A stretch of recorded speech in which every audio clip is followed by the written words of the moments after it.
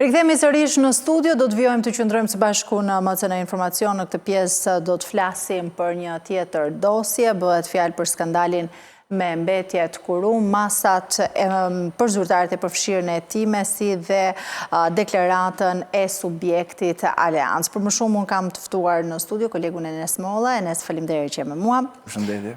Enes, ti e ke ndjekur me detaje të gjithë skandalin me mbetjet Kurum. Çfarë do të veçonit ju si indicjen më të rëndë, ndërkohë që ka pasur edhe deklarat? Çfarë theksojnë këta përfaqësuesit e subjektit? Duhet të themi që për herë të parë neve shikojmë që mbetjet e trajtuara nga Kurumi, në të cilën eksportohen në tregjet ndërkombëtare, për herë të parë në bazë të hetimeve që kanë kryer Prokuroria e Durrësit, ne shikojmë mënyrën se si këto produkte falsifikohen dhe identiteti i mallrave ndryshojnë gjatë çdo periudhe, duke nisur që nga Kurumi që bën shitjen, tek blerja e subjekteve dhe më pas tek eksportimi i tyre drejt tregjeve ndërkombëtare.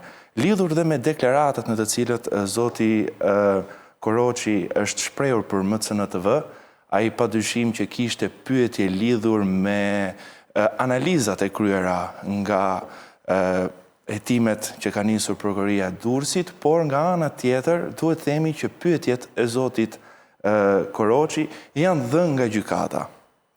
Pra, ai ka marrë një përgjigje sepse janë bërë analizat e mostrave dhe janë dërguar në një laborator në Itali, ku janë kryer mostrat të Kurumit, Sokole SHPK, Aleancë Resurs, dhe së bashku me mostrat e 102 kontenjerëve të cilët është bërë, të themi kështu, në portin e Durrësit. Duhet themi që Aleancë Resurs nuk ka qenë objekti kryesor i hetimeve të Prokurorisë së Durrësit, sepse hetimet janë shtrirë në kompaninë fillimisht në Kurum dhe në Sokolej, por që ta kemi dhe të qartë edhe për shikuesit, duhet themi që Kurumi deklaron që përpunon skrape. Përpunon skrapin dhe bazë të 1% të skrapit që ai përdor, 1% del mbetje rrezikshme, me kodin e mbetjeve sipas katalogut të Republikës së Shqipërisë me mbetjen 10207. Këto mbetje, sipas Kurumit, ka një drejtori mjedisi nga ku i grumbullon në thas të specializuara për mbetjet dhe më pas i vendos në një ambient nga ku duke i ruajtur dhe sipas ligjit të menaxhimit të mbetjeve, duke i shitur tek subjektet të cilët kanë leje mjedisore nga Ministria e Mjedisit për të bërë eksportin dhe transportin e këtyre mbetjeve. Sipas llogaritjes që Kurum bën, është që 1% e totalit të mbetjeve në vit është rreth 5.000 ton. Këto 5.000 ton ai dërgon në kompani të tjera, siç ishte ajo Sokole SHPK dhe Aleancë Resurs. Nga ana tjetër, në bazë të hetimeve, sa i takon subjektit Aleancë Resurs, duhet të themi që është gjetur në momentin ku Prokuroria kërkoi leje për të hyrë në subjektin e Kurumit dhe për të marrë mostrat dhe duke marrë dhe kontratat që Kurumi ka pasur me kompanitë të tjera. Gjatë këtij hetimi u vëretën dhe 3 kontrata tjera, që ishte Sokole SHPK, që bësh fjalë për kontenjerët e këtyre nga Tajlanda, ishte Aleancë Resurs, ishte dhe Barjami në SHPK. Dhe për këtë arsye, Prokuroria shtroi hetimin dhe tek kjo kompani Aleancë Resurs, duke marrë dhe mostrat e saj. Në bazë të analizave, më pas rezultuan që ishin me mbetje toksike të lartë. Nga ajo që neve shikojmë, Aleancë Resurs, te ky subjekt, ka pasur shumë problematika. Ka nisur që në vitin 2021 kontrata midis këtij subjekti dhe të Kurumit, nga ku Kurumi, siç e thash, shiste këto mbetje, dhe nga ana tjetër, Aleancë Resurs kishte të drejtën që ti merrte këto mbetje të cilët do t'ja transportonte Kurumi dhe në bazë të kontratës 1 vjeçare ajo duhet ti trajtonte mbetjet nga menaxhuesi i licencuar. Duhet ti magazinonte dhe më pas ti pastronte nga mbetje toksike dhe më pas ti hidhte në tregjet ndërkombëtare. Sipas informacioneve dhe sipas dosjes nga ku janë shtruar dhe hetimet, rezulton se Aleancë Resurs gjatë gjithë kohës dhe ku ka pasur kontrolle nga AKM-ja, gjithmonë është vërejtur që ka thënë që nuk kemi pasur aktivitet, kemi qenë në korremont, ndërkohë nga ana tjetër Kurum ka çuar kontratat që i ka bërë me Aleancë Resurs dhe tek AKM-ja dhe duke deklaruar që gjatë një viti ka shitur rreth 2.000 ton mbetje, ndërsa nga kontrollet që janë ushtruar nga hetuesit në Excelin e regjistrit të kurumit ishin 1.500 ton. Pra, 995 ton, ende dhe sot e kësaj dite në bazë ku janë duke u hetuar, nuk dihen se ku kanë shkuar. Janë fshehur, nuk dihet fare identiteti i tyre. Po flasim për 995 ton. Nga ana tjetër, shikojmë që midis Aleancës Resource dhe kurumit ka pasur dhe kontrata. Ndërkohë nga ana tjetër, tek subjekti Aleancë Resource nuk kanë gjetur asnjë dokument, asnjë kontratë qoftë me kurumin, qoftë dhe me subjektet e tjera në të cilën ky subjekt ka eksportuar mbetje. Sipas informacioneve dhe drejtuesit e AKM-s kanë gjetur vazhdimisht problematikat e ky subjekt, dokumentacione të cilët mungonin, vetë monitorimi dhe shumë problematika të tjera të cilët nuk mund të lejoshin vetëm me gjobvënie. Sepse AKM-ja ka gjobitur disa herë të themi kështu këtë subjekt, por sërish e ka lënë që të eksportoj mbetje. Dhe nga ana tjetër, ky subjekt nuk ka pasur kur leje nga Ministria e Mjedisit, që të kishte një leje për të bërë eksportet të mbetjeve të rrezikshme në tregjet ndërkombëtare. Sipas kontratave, të cilët janë gjetur dhe në sistemin doganor, bëhet fjalë që Aleancë Resource mund të ketë çuar mbi 4.000 ton gjatë vitit 2023-2024 tek tregjet e Belgjikës dhe të Kinës. Por nga ana tjetër nuk deklaron që i ka trajnuar këto mbetje të cilat i ka marrë nga kurumi. Nga ana tjetër kemi dhe falsifikim, sepse kurumi e thot që unë trajtoj mbetje të rrezikshme dhe i shes tek subjektet të cilët kanë licenca. Ndërsa nga ana tjetër, Aleancë Resource është shprehur që nuk ka marrë mbetje të rrezikshme, pra sipas katalogut 100-207, po i ka marrë mbetje jo të rrezikshme 100-208. Janë kode të cilat kanë detajin e tyre sepse me këto kode shumica e këtyre subjekteve kanë luajtur.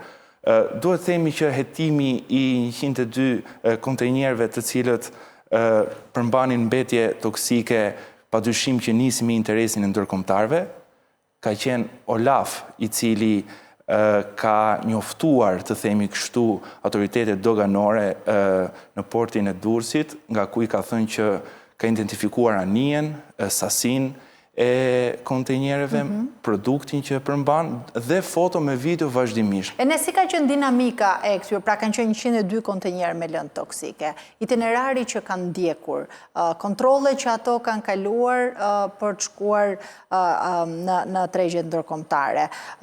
Si ka mundësi që mund të kalosh njësër zinxhirësh kontrollor dhe nuk arrihet të kuptohet? Sepse vazhdimisht subjekti Kurum, Sokole SHPK dhe GS Minerals, që nga ana tjetër është po në pronësi të bashkëshortit të Gjovana Sokolet, pra Sokole SHPK dhe GS Minerals administratohen nga e njëjta familje.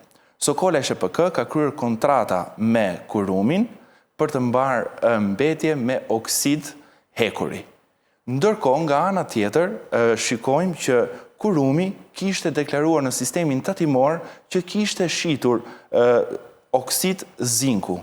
Ndërkohë, kishte quar dhe një faturë tjetër korrigjuese, nga ku tregonte që në fakt kam quar oksid hekuri dhe jo zinku, por ajo faturë korrigjuese asnjëherë nuk u regjistrua në sistemin tatimor. Dhe sot e kësaj dite që ne flasim, në sistemin tatimor bëhet me dije që produkti në të cilën janë 2800 ton mbetje janë oksid zinku. Nga ana tjetër, Sokole SHPK i merrte këto mbetje dhe i çonte në portin e Durrësit, nga ku në hetim është dhe MS Albanian Port në të cilën ka kryer një kontratë. Ndonse kontratën e ka bërë GS Minerals, qeran, të gjitha shpenzimet janë paguar nga Sokole SHPK. Dhe në kontratë thuhet që kjo agjensi tek porti do të mante mbetje të cilët ishin oksid zinku. Pra, ajo shitesh si oksid zinku, tek Sokolaj hynte si oksid hekuri, nga ana tjetër Sokolaj ja shiste GS Mineralsit me vlerë akoma më të mëdha si një produkt hibrid duke i quar një ZN, ku në fakt ZN-ja është simboli i zinkut, dhe kjo përdoret për shkak sepse nuk lejoshin që të kryeshin të themi tek doganat të mos kryeshin kontrole. Pra, është një produkt jashtë nomenklaturës doganore, nga ku është një produkt hibrid. Më pas, GS Minerals e merr dhe e eksporton si një produkt me cilësi të lartë, me kodin të cilët sipas të themi kështu, sipas sistemit quhesh HC-iron okside, pra një produkt në cilësi të lartë. E qartë, pra në dokumentacion është quar...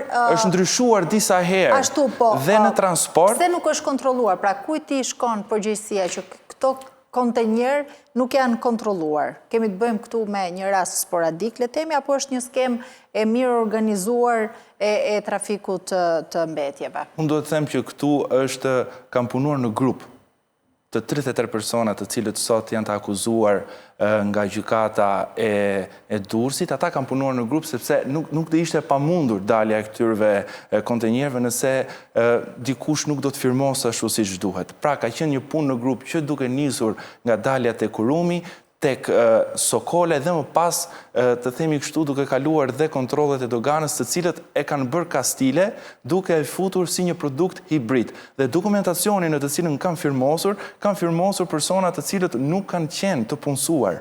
Sipas sistemit kanë dalur që personi i cili ka firmosur në dogan nuk kanë qenë i punësuar të themi kështu aktualisht në ditën që kanë hyrë të themi kështu kontenjeret. Nga ana tjetër, po i njëjti material, produkt që dilte nga Kurumi, transportohej dhe vendosej në doganën e portit të Durrësit si shkrim Okalin.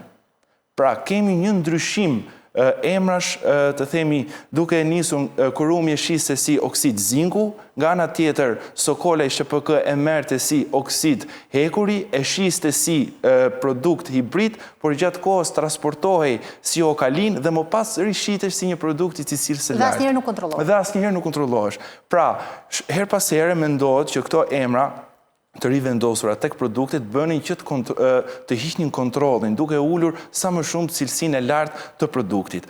Siç e thash, kjo ka qenë me ndërhyrjen e ndërkombëtarëve, pra është Kurumi dhe eksportet të cilët janë eksportuar nga porti i Durrësit kanë marrë një rëndësi të themi kështu ndërkombëtare sa i takon rolit të mjedisit. Bëhet me dije që Sokolaj është shprehur gjatë tek organet kompetente, në të cilën është njoftuar nga tregjet në portin e Tajlandës, nga ku e kanë informuar që ky produkt do të kthehet sepse mendohet se ka mbetje me rrezikshmëri të lartë. Nga ana tjetër, Sokolaj shpreh që ka çuar dhe 2-3 eksporte të tjera në Tajland dhe nuk ka pasur problematika të tilla. Ndërkohë nga ana tjetër është dhe një të themi kështu subjekt në Kroaci e quajtur Cemtra, nga ku bëhen dhe analizat. Dhe Sokolaj ka dërguar analizat që ka bërë në Kroaci dhe ka ndalur që nuk ka mbetje toksike. Dhe nuk e kuptoj pse ju po mi ktheni këtë mbetje. Nga ana tjetër, Sokolaj ka thënë që të kryen vetë analizat në portin e Tajlandës, por ata i kanë shprehur që këto analiza kanë një buxhet tepër të lartë dhe duhet ta pagoni ju. Për këtë gjë Sokolaj i ka kthyer. Nga ana tjetër, kontenjeret Ania Molavia, e cila përmbante 199 kontenjere, kanë ndaluar dhe në shtetin turk, nga ku drejtuesit e Olafit kanë kryer verifikimin e tyre dhe duke i vendosur shenja që të kuptohej nga autoritetet e portit të Durrësit se cilët kontenjerët duhen të eksportohen. Nga ana tjetër, duke parë që kishte një faturë të falsifikuar, që Kurumi shprehej që i kam shitur Sokolaj SHPK oksid zinku, ndërkohë nga ana tjetër Sokolaj e kishte shkruar si oksid hekuri, dhe nga ana tjetër ku fatura korrigjuese që kishte të njëjtën datë, të njëjtën orë, të njëjtën sasi, por ndryshonte nga oksid zinku në oksid hekuri, nuk ishte shkruar në sistemin tatimor. Pra, ishte një faturë e falsifikuar. Çfarë përgjegjësie penale mbajnë nes institucionet publike dhe zyrtarët të cilët kanë falsifikuar këto dokumente? Duhet themi që në tërësi gjykata e Durrësit, sipas bazuar në kodin e procedurës penale dhe kodit penal, ka dënuar të 33 individët lidhur me kontraband me mallra të ndaluar ose të kufizuar, falsifikim dokumentash, transport i mbetjeve, pastrimi produkteve të veprimtarisë kriminale, kontraband nga punojësit që lidhen me veprimtarinë doganore dhe shpërdorim detyre. Më së shumti shpërdorimit e detyreve e kanë pasur punojësit e autoritetit kombëtar të mjedisit, ku bëhet fjalë për ish drejtuesen e këtij autoriteti dhe drejtuesen aktuale si dhe disa specialistë të tjerë. Personat të cilët janë nën hetim, duhet të them që në bazë të vendimit që unë pash më datë në të cilën janë bërë hetimi dhe më pas gjykata ka vendosur masën arrest me burg dhe për disa arrest shtëpie, pash që të 33 personat kanë qenë në mungesë. Pra, askush nuk është paraqitur. Ndryshe nga operacionet e tjera që ne kemi parë, është që ku ka një hetim, prokuroria apo policia bën arrestimin apo shoqërimin e individit nga ku mendohet që dyshohet për një vepër penale, mbahet nën kujdesin e policisë për 48 orësh dhe më pas del në gjykatën e shkallës parë për të njohur me vendimin. Këtu kemi një gjë tjetër ndryshme. Pra, 33 personat janë në mungesë. Duke nisur, dhe kjo këtu është një detaj nga ku tregon që operacioni mund të jetë ditur që do të ndodhte, personat nuk janë gjetur, adresat nuk kanë qenë të sakta, por nga ana tjetër dim që prokuroria adresat ku banonin të dhënat të certifikatës ku dihen kush janë personat diheshin, pra që mos kapen 33 persona, këtu ka diçka që çdon, duke marrë interesin e lartë që kanë dërguar ndërkombëtarët lidhur me këtë çështje. Pra të gjithë këta janë në mungesë dhe ende nuk janë shoqëruar që të marrin një mas shoqërimi arrest me burg.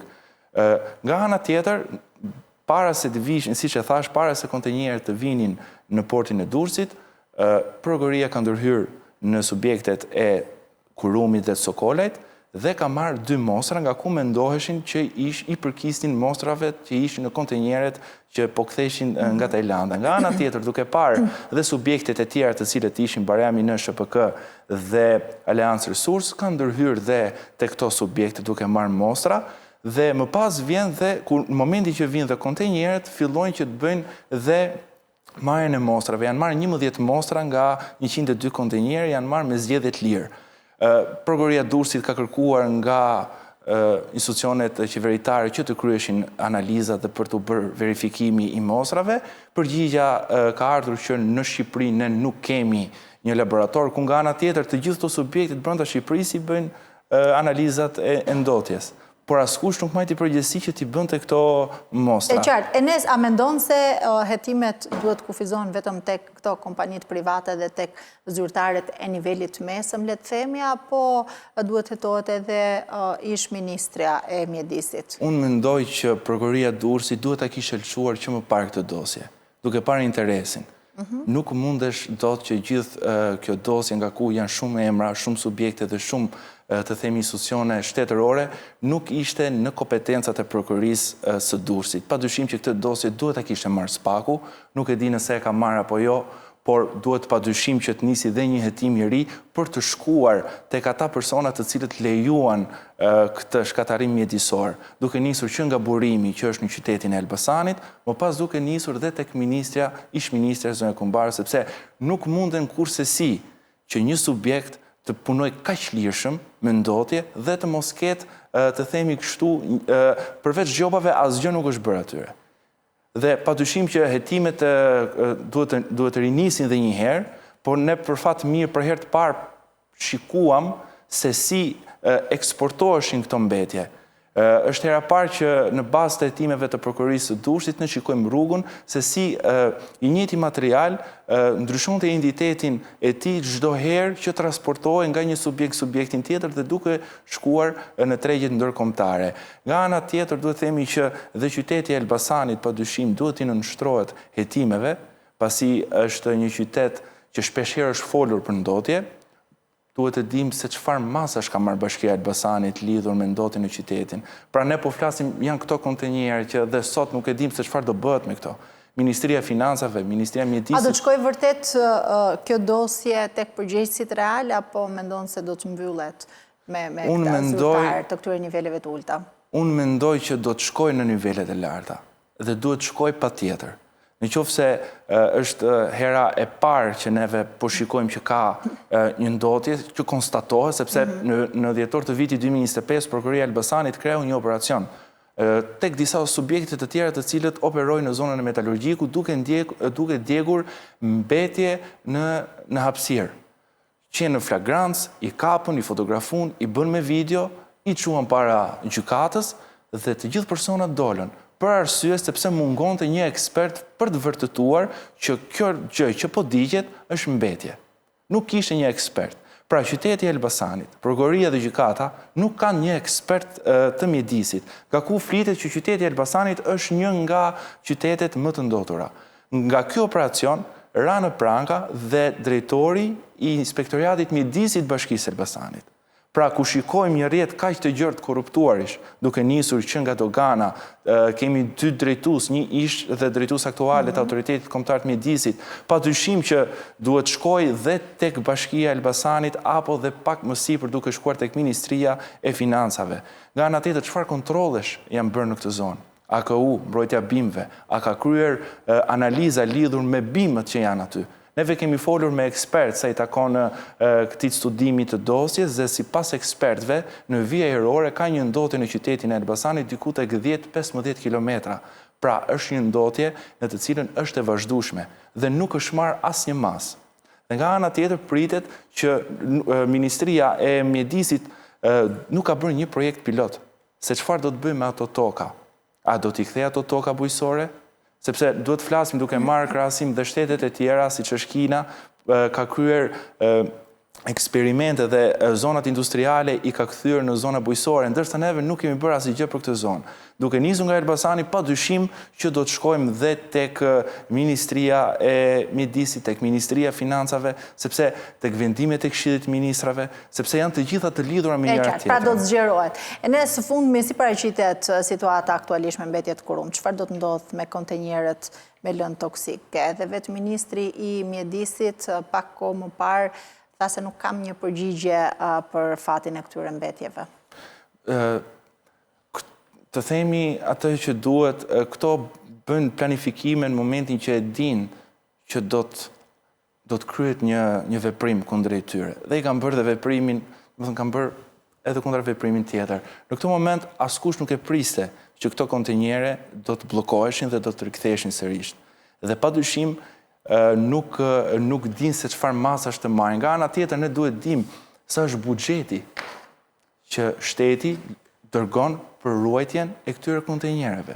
Sepse ata me të vërtet i kanë lënë në portin e Durrësit, po nga ana tjetër nuk dihet se çfarë bëhet dhe ndërkohë ato kanë rreze. Dhe diçka tjetër që unë duhet ta prek në këtë intervistë që nuk e prekëm është dhe baremi në SHPK, i cili ky trajtonte skorje të përpunuara dhe i përdorte për ndërtim dhe për shtrimin e rrugëve. Nga ana tjetër, në bazë të hetimeve që janë kryer në këtë subjekt, rezulton që ky nuk kishte leje për të eksportuar, të themi kështu, mbetjet në tregje ndërkombëtare, por as materiale se si ti trajtonte. Por me këto mbetje janë shtruar rrugë, janë bërë shkolla, janë bërë shtëpia dhe është një rrezik tepër i lartë. Duke parë dhe krahasimin e rrugëve, se jemi konsultuar dhe me ekspert, rrugë të cilët kanë ndotjen, betjet dhe nuk përpunohen, padyshim janë rrugë të cilët neve po i shikojmë që po prishin dita ditës. E qartë. Dhe padyshim që hetimi do të vazhdojë dhe do të kapi një masë të gjerë dhe padyshim që duhet shkoj patjetër dhe në Ministrinë e Financave sepse ajo i ka dhënë lejet dhe pa dakordsinë e tyre ato kurrësi nuk mund të vazhdoshin. E qartë. Enes, faleminderit shumë që ishe në studio. Faleminderit ju. Shkojmë në publicitet, rikthehemi në pjesën e fundit ku do të flasim për sportin.